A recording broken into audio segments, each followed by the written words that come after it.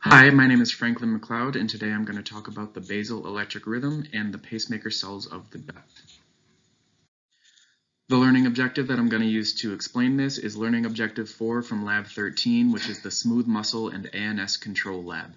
The learning objective is to explain the relationship between the basal electrical rhythm in gut smooth muscle pacemakers and the production of action potentials by adding other stimuli onto the BER and the production of tension in the gut muscularis. So I'm gonna begin by doing a review of smooth muscle contraction. Before any of this happens, there's a 0 step that I've put at the top, and that's the action potential reaches the muscle cell, which triggers the release of calcium ions from the sarcoplasmic reticulum. That calcium will bind to calmodulin. That calmodulin will activate the myosin light chain kinase.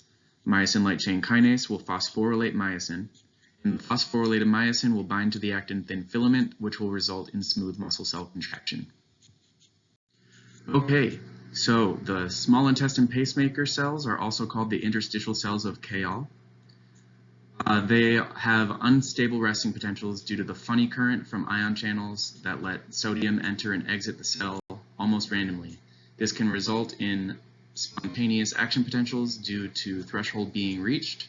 When threshold is reached, calcium will move into the cell and an action potential is formed. The action potential will be spread to other cells through gap junctions, and these action potentials will result in smooth muscle contraction. The longer the time that is spent above the threshold, the stronger the muscle contracts. When the body is at rest, the pacemaker cells are affected by the parasympathetic division of the autonomic nervous system. When these efferent nerves reach the pacemaker cell, they release acetylcholine, which activates the influx of calcium ions into the pacemaker cells.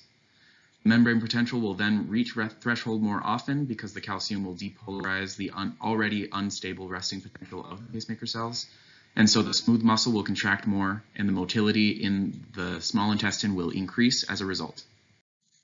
When the body is in fight or flight mode, during things like exercise or when experiencing chronic stress, these cells are affected by the sympathetic division of the autonomic nervous system. When these efferent nerves reach the pacemaker cell, they release either epinephrine or norepinephrine, which are shown on the right, and these inhibit the calcium ion movement into the cell. Therefore, the membrane potential will reach threshold less often because there's less calcium to help it reach threshold.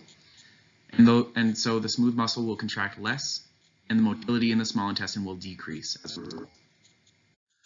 So, acetylcholine esterase breaks up acetylcholine over time once it's released into the synapse. Acetylcholine esterase inhibitors prevent acetylcholine esterase from doing this function. And so when acetylcholine esterase inhibitors are present in the system, acetylcholine will break down much slower over time, resulting in the continuation or increase of smooth muscle contraction, which means the sustaining or increasing motility of the small intestine as a result. A common acetylcholine esterase inhibitor used for medication is galantamine, which is used to treat Alzheimer's. So atropine blocks acetylcholine receptors. The blocking of acetylcholine receptors decreases the pacemaker's sensitivity to acetylcholine, so it will not be able to bind as much acetylcholine as it would under normal conditions. This means that the muscle cells will relax more, and motility of the small intestine will decrease as a result. I know in lecture we talked about atropine being used to dilate pupils back in the day, but it's still used to help treat myopia, which is just a fancy way of saying nearsightedness. Increased extracellular potassium ion concentration decreases the concentration gradient of potassium between the inside and the outside of the pacemaker cells. Therefore, less potassium ions will exit as a result, or they will at least exit much slower. This means that the membrane will become more depolarized and will reach threshold more frequently due to the already unstable nature of the pacemaker cells. The muscles will contract more, and the motility of the small intestine will increase as a result. Potassium concentration doesn't increase extracellularly under normal conditions, but with diseases such as kidney disease or Addison's disease, those can trigger hyperkalemia, which is heightened plasma levels of potassium ions. Potassium channel inhibitors block potassium leak channels from performing its function of moving potassium ions from the inside of the cell to the outside of the cell. Less potassium will exit the cell as a result, and so the cell becomes more depolarized. This depolarization means that the membrane will reach threshold more frequently, and so the muscles will contract more and the motility will increase as in the small intestine as a result. Potassium channel inhibitors are a common medication. Bifenthrin is an example of one that is used to treat multiple sclerosis. So I thought it would be interesting to do my own research and try to find a case study, and I found one about the LRIG1 gene.